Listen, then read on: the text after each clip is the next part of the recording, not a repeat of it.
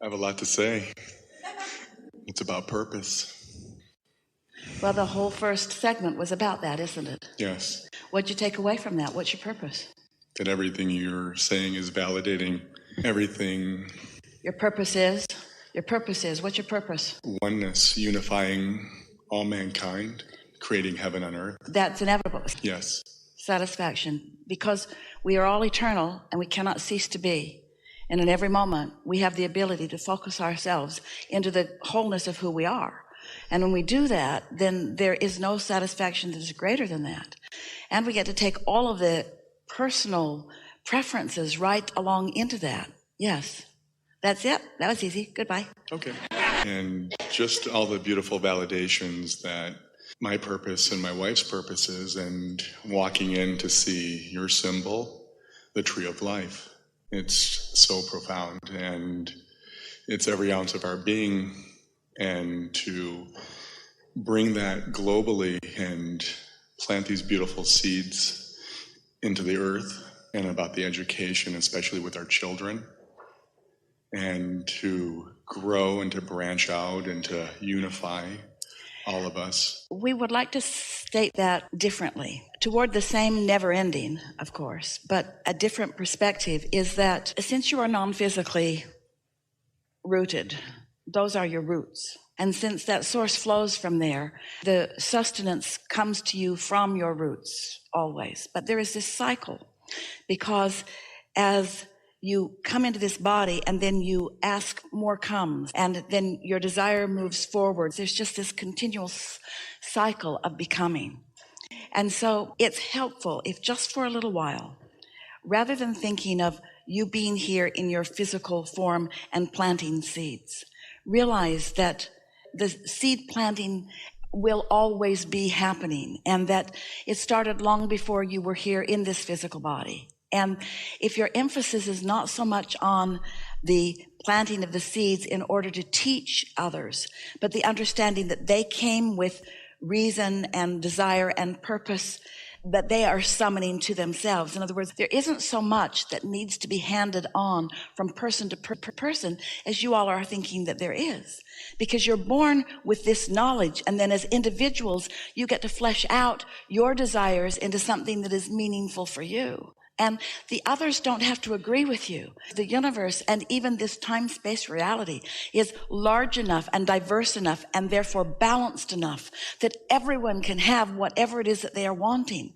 That one group can't get it and deprive another, or another group can't get it and deprive another. The resources of abundance are raining down on all of you all of the time. And so opening to the reception of that really is the emphasis that will benefit you the most as you are moving forward, and trusting that your children actually have a greater capacity to do this than their adult parents who have already started shutting down a bit. So let the little ones show you how easy it is to be open and receptive to the abundance that is raining down. Yes. Something more? Yes.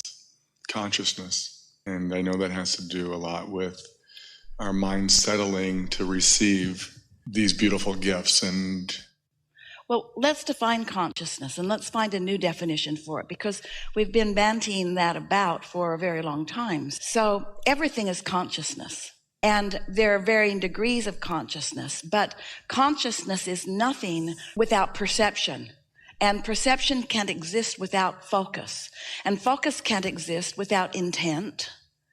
And so consciousness is really a focusing with some intent, isn't it? Yes. If you are focused with the intention of hooking up with that broader perspective, then you've got the roots of that tree, and then the leaves, which are more roots of more tree. In other words, this never-ending process of becoming. You can't live here without coming to new desires, and new desires summons new energy. But just the fact that the new energy is being summoned doesn't mean that you are in the receptive mode of letting it in. In the beginning, that we called this gathering the Science of Deliberate Creation. We thought it was really well named, because science meaning it was ongoing, new discoveries, deliberate meaning you were doing it on purpose, not just blundering into it and then not understanding what had happened, really paying attention to what makes what happen and how it feels when it happens, so that you can be more conscious and deliberate and focused as you are moving along. But our human friends who are already bent in that direction of wanting to make work of everything and wanting to put a little bit of struggle in everything to make it worthwhile, you became too aggravated about the idea of creating your own reality with your own thoughts, and your own thoughts began to worry you. You started sucking them back, trying to get them back before law of attraction got hold of them and caused a manifestation that you didn't want. And so then we began putting more emphasis on the art of allowing what you have already created to flow nicely into your life experience. And so we like so much that you are humans sitting in a room like this, steeped in an understanding that you are so much more than these physical beings, that you are extensions of so much more, and that not only are you expanding through the life experience that you are discovering here in this contrast of time and place, but that the roots from which you have come forth are also expanding because of what you are doing here. We like it so much when you come to realize that you, us too, but you are on this leading edge. You are on the leading edge of thought. You're not here trying to catch up with what someone else has already caught up to. You are pioneers exploring and creating the new. You are the edge of the expansion. And, so reflect back on the last hour just for a moment in general. And relax and breathe a little bit and remind yourself that you really got it, even though right now you can't remember what you got. Just acknowledge that you really did get it. You really did get it. And now think about how, if, and it is the leading edge, and it is. If this manifestation is the leading edge, so that means all that is non-physical that we've been describing is all pointed toward this manifestation. Are you feeling how all of that equals this? In other words, you can't have this without all of that. But this is the leading edge. Everything that exists, every consciousness that exists is pointed forward with all of you. You're not here trying to figure out what somebody else already figured out and measure up to it. You're taking it beyond. And even when you don't know you're doing it, you are. The contrast that you're living is causing you to ask for new. And when you ask, it's always coming forth. So we don't have these conversations with you because you need to hear this in order to get it right. You can't get it wrong. We're not having these conversations with you because you need to know something different or do something different in order to contribute in the way you intended in this conspiracy of evolution that we are all about. You can't help but do that. But we're here to remind you all of the satisfaction factor that you deserve, because it's supposed to be feeling good to you. This expansion is supposed to be feeling good for you. You're not here paying some price in order to evolve and expand. You can't cease evolving and expanding, and you are supposed to be enjoying it. Otherwise, in your human form, you are missing the expansion. Source is having it. But you know how every now and again you catch a little glimpse of something and you feel that exhilaration just moving all the way through you? That's you feeling what we're feeling in this same moment about the same thing that you're focused upon. That's what you want after moment. Consciousness, blended consciousness. You consciously aware of the consciousness of your inner being and on the same vibrational wavelength as the consciousness of your inner being, sharing the same frequency and momentum of the consciousness of your inner being, and being right here fully forward and fully aware and fully conscious of the manifestation that you are on the brink of as it explodes into the furthest most reality that exists in all of the universe. That's creation. Thank you. Really good. Why is everyone not seeing that as we see this? Because they don't have to see it to contribute to it, and because they have become lost in the observation of conditions and feel lack in the absence of conditions that they seek change in. They've sort of lost track of the way that it works, but they're coming back into alignment with it. And no worries, because in the moment that they reemerge back into non-physical, they'll be back in the full swing of it. And when you are reborn into your physical bodies, you are in the full swing of it again. This is the same question as, why are some people willing to be unhappy? That is the question you just asked us. Why are some people willing to be unhappy? And we say, because they have a flawed premise. They believe that the manifestation brings the happiness, and since it hasn't happened yet, they choose to feel unhappy, and then they block themselves from the happiness that they would have along the journey, along the way to the manifestation. So we come along and we say, you can. Volume doesn't help. Pastor translates our enthusiasm into volume often. You cannot help. You get to be or have or do anything that you desire. Nothing off limits. And what's so exhilarating to us, we've been describing to you for so long about the way the process works and how the launching of your rockets of desire creates a vibrational reality, and how you want to get into this vortex, we said to you, until you were tired of hearing it. How do I get into the vortex? And then we began explaining to you that this vibrational reality exists, and you can exist with it or apart from it, and the emotions that you feel indicate to you which you're doing.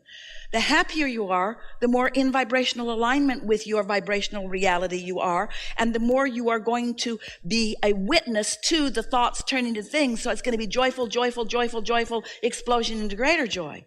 But you can also be apart from it, which does not feel good. But these are choices that you have, that we want you to be aware that you have. And so you have to sometimes start in a general place where you realize that you can get general enough that your happiness will return.